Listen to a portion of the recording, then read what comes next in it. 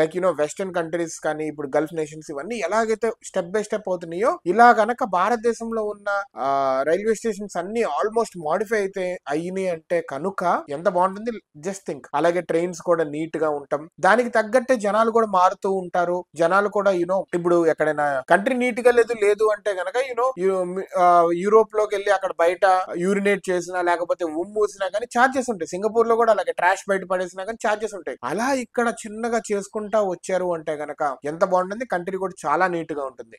భారతదేశం నీట్ గా లేదంటే ఇట్లాంటివన్నీ ఇంప్లిమెంట్ చేయలేదు. ఇలాంటివన్నీ ఇంప్లిమెంట్ చేయలేదు ఎందుకు అంటే మన జనాభా అలా ఉంది. అండ్ ప్రతి దానికి ఛార్జీలు టికెట్లు ఇలా పెడితే గనక జనాలకు నచ్చక ఓడిస్తారని గవర్నమెంట్ తగ్గుతుంది. లేకపోతే గవర్నమెంట్ పెట్టాలనుకుంటే ఎంతసేపు ఫైన్స్ పెట్టడం ఇలాగా. ప్రస్తుతానికైతే రైల్వే స్టేషన్స్ మార్చాలి. నార్త్ ఇండియాలో ఒక 10 స్టేషన్స్ పెట్టుకొని ఇది ఇంప్లిమెంట్ చేసి హౌ ఇట్ గోస్ అనే చూస్తున్నారు. అండ్ రైల్వే స్టేషన్స్ కూడా మార్చే రీమోడిఫై చేద్దామనే ప్లాన్ లో అయితే ఉన్నారు. ద మెయిన్ మోటివ్ ఏంటంటే వెయిటేజ్ సిస్టమ్ తీసుకొచ్చి ఎక్సెసివ్ లగేజ్ ని తీసుకొస్తే కనుక దాన్ని చార్జబుల్ చేయాలి. That becomes an income to the railway system. And అది వేరే ఎక్కడైనా వాడుకుంటా ఉండొచ్చు.